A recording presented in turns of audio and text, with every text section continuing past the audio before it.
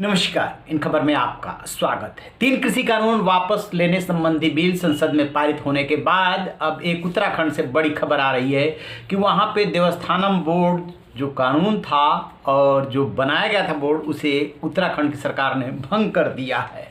आखिरकार ये कौन सा बोर्ड था और क्यों इसको लेकर के इतनी कंट्रोवर्सी हुई, क्यों उत्तराखंड सरकार को झुकना पड़ा, इसी को समझने की कोशिश करते हैं। दरअसल अपने देश में है क्या कि जितने भी मठ मंदिर या धार्मिक स्थल है, माना जाता है कि वो निजी आस्था का विषय है।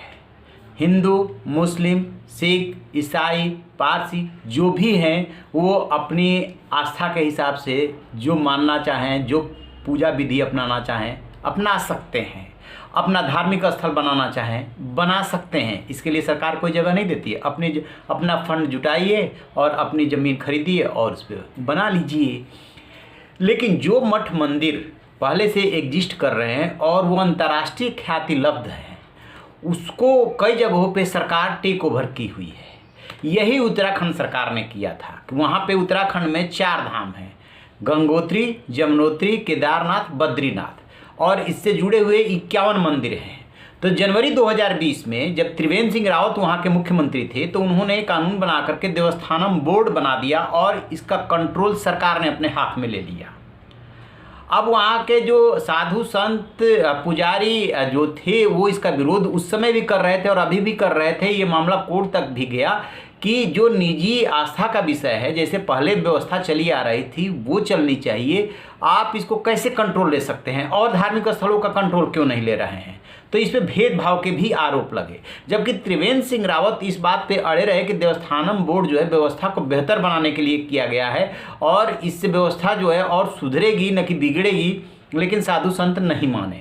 नतीजा क्या हुआ कि विरोध बढ़ता चला गया और माना यह जाता है कि त्रिवेंद्र सिंह रावत को हटाने के पीछे ये एक बहुत बड़ा कारण रहा साधु संतों की नाराजगी। इसी बीच केदारनाथ की यात्रा करते हैं नवंबर में प्रधानमंत्री नरेंद्र मोदी। पंडा पुजारी सभी बाहर निकल आए और उन्होंने नरेंद्र मोदी की यात्रा का विरोध करने का फैसला सुना दिया। भागे भागे जो वहाँ के पुष्कर सिंह धामी मुख्यमंत्री हैं वो पहुँचे और वहाँ के पुजारियों से और साधु संतों से मिल करके ये कहा कि थोड़ा धैर्य रखिए, इस पे हम फैसला लेंगे। तो जब ये धामी मुख्यमंत्री बने थे तो उन्होंने एक कमेटी बना दी थी। कमेटी को अक्टूबर में ही रिपोर्ट देनी थी, वो अक्टूबर में रिपोर्ट नहीं दे पाई। अब जाकर के नवंबर लास्ट में रिपोर्ट दिया है और उसके आधार पे खबर है कि देवस्थानम बोर्ड भंग कर दिया गया। यानी कि एक जगह से जो गवर्नमेंट उसको उस पर कंट्रोल किए हुए थी, अब गवर्नमेंट का कंट्रोल नहीं रह जाएगा। अब सवाल और जो बात है वो चुनाव की कि एक मुख्यमंत्री ये फैसला लेकर के जाता है, दूसरा मुख्यमंत्री उस फैसले को बदल रहा है। ठीक वैसे ही जैसे 3 कृषि कानून पास किए गए और फिर उनको वापस लिया गया।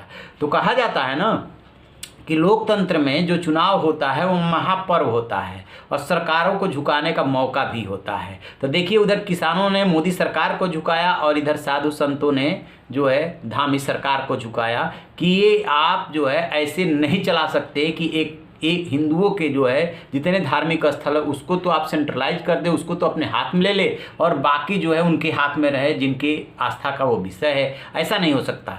नियम कानून सबके लिए एक ही होना चाहिए। जैसा पहले था वैसा चलने दीजिए। और भी बहुत सारे मठ मंदिर है जहाँ पे कि ट्रस्ट बना करके और वहाँ पे ट्रस्टी जो होते हैं वो कंट्रोल कर रहे होते हैं। फिर उत्तराखंड के लिए स्पेशल व्यवस्था क्यों, इसमें सरकार का हस्तक्षेप क्यों, इसी बात का विरोध था। तो अब देखते हैं कि चुनाव आते आते अगले साल फरवरी मार्च में चुनाव है, कितने फैसलों पे सरकार को पुनर्विचार करना पड़ता है और कैसे निकलती है सरकार की हेकड़ी।